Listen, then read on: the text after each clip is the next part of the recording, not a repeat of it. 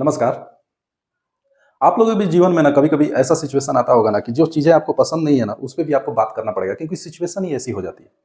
अच्छी चीज़ों के बारे में पढ़ने में भी अच्छा लगता है, बताने में भी अच्छा लगता है। अब क्या ये परवेज़ मुशर्रफ पाकिस्तान खैर आज का टॉपिक यही है कि परवेज़ मुशर्रफ नहीं रहे। चूँकि इनका रिलेशन इंडिया से और पाकिस्तान से जुड़ा हुआ है तो हमको जानना पड़ेगा। तो आइए देखते हैं। तो ये तो अब नहीं रहे, तो रिप टू परवेज़ मुशर्रफ।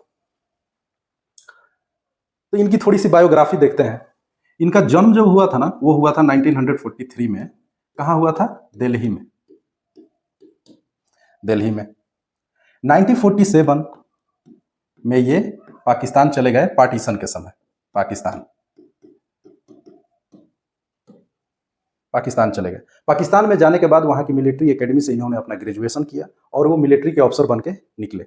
उसके बाद ये 3 युद्ध 1965, 1970 और 1999 कारगिल।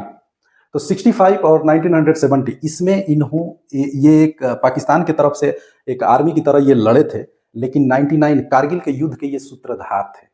ये डायरेक्ट किए थे उस युद्ध को कि इसको कैसे लड़ा जाएगा छिप करके बिना पाकिस्तान का नाम लिए हुए, लेकिन सब बेकार हो गया। तो ये परवेज मुशर्रफ है और इनका ये देश पाकिस्तान। तो आइए थोड़ा पाकिस्तान के बारे में भी जान लेते हैं। हिस्ट्री, पाकिस्तान की हिस्ट्री। इसकी हिस्ट्री एक लाइन की है। 14 अगस्त 1947 को एक देश का जन्म हुआ जिसे पाकिस्तान कहते हैं। हिस्ट्री खत्म। क्योंकि बाकी सारी हिस्ट्री जो ये लोग पढ़ता होगा वो तो इंडिया की हिस्ट्री पढ़ता होगा, क्योंकि 1947 से पहले तो ये तो इंडिया का ही था। तो इसका सिर्फ एक लाइन का हिस्ट्री है। और तो और यहीं से गलती करना इसने शुरू कर दिया जन्म के आधार पर। एक तो ये इंडिपेंडेंट डे मनाता है जबकि इसका जन्म हुआ था, तो पहली बात तो ये इसको बर्थ डेट मनाना चाहिए। दूसरी बात ये है, मतलब यूनिवर्सल ट्रूथ है कि जो इस सृष्टि में जन्म लेता है उसको मरना अनिवार्य है। अगर आप जन्म लेकर आए हैं तो आपको मरना ही पड़ेगा। कृष्ण नहीं बच पाए, राम नहीं बच पाए। राम ने सरयू नदी में, मतलब वो तो भगवान थे, लेकिन उन्होंने जन्म लिया था तो उस सिद्धांत को उन्होंने फॉलो किया। हम लोग भी करेंगे, ये कर लिए, ये भी करेगा। उस आधार पर ये जन्म लिया है ना, 1947 में इसने जन्म लिया तो ये भी करेगा और बहुत तेजी से उसके तरफ चल रहा है उस सिद्धांत को फॉलो करने के लिए। कंग्रेचुलेसन, मतलब चलो यार, तुम जन्म लिए और वैसा कर रहे हो, हमको बहुत खुशी है। तो इसके ज्योग्राफी को थोड़ा आप समझते हैं। तो ये देखिएगा ना, अफगानिस्तान और पाकिस्तान का जो बॉर्डर है ना, इसको डूरेंट लाइन बोलते हैं। क्या बोलते हैं? Durand line. और यहीं से, हाँ बस डूरेंट लाइन। और इसके मेनली जो थे ना, 4 प्रोविंस थे इधर: खैबर पख्तूनख्वा, पंजाब, बलूचिस्तान, सिंध।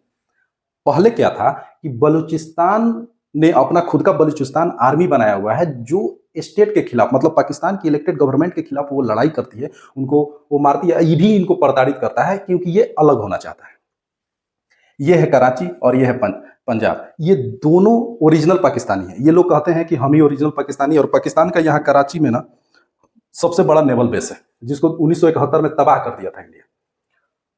और अभी हाल फिलहाल में इसने गिलगित बाल्टिस्तान, मतलब जो पीओके वाला एरिया है जो हम लोग का है, तो खैर वो तो आज ना कल तो, मतलब अभी ही तो गर्म है थोड़ा। मतलब अगर भारत सरकार चाहे ना तो ग्रेन और फूड फेंक करके ना वो छीन सकती है। ये औकात हो गई है, अभी बताता हूं। तो ये तो हम लोग का है, ये तो आने वाला है। तो ये है इसके प्रोविंस। अब थोड़ा एक बैकग्राउंड, मतलब भारत के अनुसार, भारत का ही था तो वो भी जानना पड़ता है। यहाँ पर एक माउंटेन रेंज है सुलेमान रेंज और ये है किरथर। इन दोनों पहाड़ियों के बीच में ना एक जगह पड़ता है मेहरगढ़, जहाँ पे हिस्टोरिकली सबसे पहले खेती की गई थी, और खेती की गई थी जौ और गेहूं की। अब पाकिस्तान का पॉलिटिकल देख लिए, अब थोड़ा इसका इकोनॉमिकल देखिए। इकोनॉमिकल लेवल तो इसका और खतरनाक है।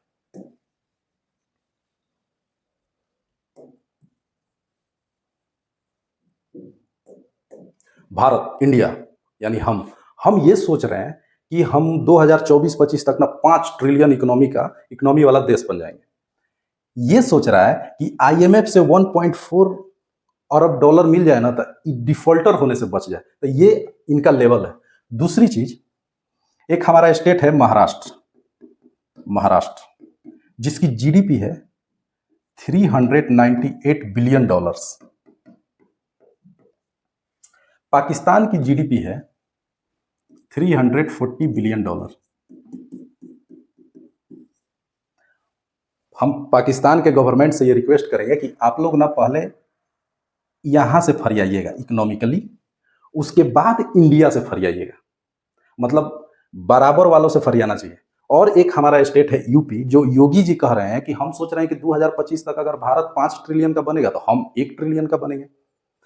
ये सोच रहे हैं कि अगर आईएमएफ वाला हमको बेल आउट पैकेज दे देगा तो हमको चाइना से भी मिल जाएगा, यूएई से भी मदद मिल जाएगा, और कोई बैठा होगा वो भी दे देगा।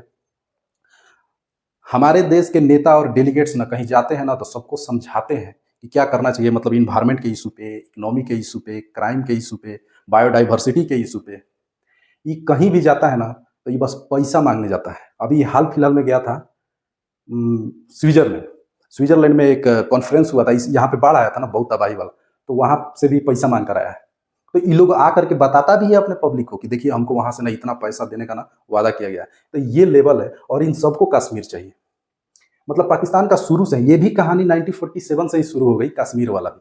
और कश्मीर के इशू को ये मिस्टर परवेज मुशर्रफ जी एक लेवल आगे ले गए, क्योंकि सिर्फ कश्मीर के लिए ही मतलब इतनी लड़ाइयाँ हुई हैं, लेकिन इन्होंने थोड़ा मतलब आर्मी को लड़ाया, बट ये इल्जाम नहीं लगने दिया ऑफिशियली कि पाकिस्तान इसमें इन्वॉल्व है। वहां पर सो कॉल्ड वो क्या कहते हैं, मुजाहिदीनों ने कबीलियाइयों ने हमला किया था। वाह जी, मतलब हम लोग को तो कुछ समझ में ही नहीं आता है, सारा चीज तो आप ही पढ़े हुए।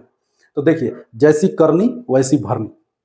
इनको एक बीमारी हो गई थी जिसके चलते इनका डेथ हुआ, उसका नाम है एमाइलोआइडियोसिस। एमाइलोआइडियोसिस में ना एमाइल प्रोटीन आपके बॉडी में प्रोड्यूस होने लगता है, जिसके चलते साइमल्टेनियसली आपके बहुत सारे ऑर्गन काम करना बंद कर देते हैं, जिसके चलते इनका डेथ हुआ। खैर, हमारे गांव में ना लोग कहते हैं ना कि लोग कहीं भी रहें, काम करने के लिए लोग कहीं भी जाते हैं बाहर भीतर, लेकिन अपने अंतिम समय में ना अपनी जन्मभूमि पर मिलनी चाहिए। तो ये जन्म लिए इंडिया में, रहे पाकिस्तान में, और एग्जाइल में ही बेचारे की मृत्यु हो गई। चलिए, अच्छी बात है। तो ना इनको जन्मभूमि मिली, ना इनकी कर्म भूमि मिली। ऐसा कर्म भूमि से तो बढ़िया था कि इंडिया में आके आप मर जाते। ये देवों की भूमि है। तो यही है पाकिस्तान। और मतलब इसके बारे में क्या जानिएगा आप लोग। आटा 150 रुपया किलो, 250 रुपया किलो, इलेक्ट्रिसिटी कोलैप्स कर गया, पेट्रोल डीजल पेट्रोलियम वगैरह कोलैप्स कर गया। इसका जो पाकिस्तान का बैंक है ना, main national Pakistan national bank, वो कह रहा है कि मेरे पास पैसा ही नहीं है कि हम पेट्रोलियम आयात करें। हद तो तब हो गई इन चोट्टों के लिए कि अफगानिस्तान में अभी किसका रूल है, तालिबान का। तालिबान कह रहा है ना कि तालिबान के अस्तित्व के लिए पाकिस्तान एक खतरा है, जबकि यही इसको कितना डिफेंड करता था, पाल पोस के बड़ा किया था। जा रे पाकिस्तान। लेकिन फिर भी इसका एक रास्ता है। हम पाकिस्तानियों मतलब पाकिस्तान में रहने वाले लोगों से हम लोग को कोई दिक्कत नहीं है। देखिए, इंडिया जो है ना वो फॉलो करता है वसुधैव कुटुंबकम की नीति, सारा विश्व एक परिवार है। तो हम भी उसको मतलब भारत का एक एक आदमी उसको फॉलो करता है। आप अगर चाहें, पब्लिक अगर चाहे तो क्या कुछ नहीं कर सकती। आप आइए, हम आपको उसी तरह से अपनाएंगे, क्योंकि जो अपनी माँ से या पिता से अलग होता है ना, एक दिन उसको दुनिया में कहीं चैन नहीं मिलता, लेकिन उसी दिन उसको चैन मिलेगा जो वापस आकर के अपने माँ और पिताजी के पास रह जाए। तो आप भारत को अपनी माँ माने या बाप माने, पाकिस्तान जब तक भारत के पास आएगा नहीं उसको चैन मिलेगा नहीं।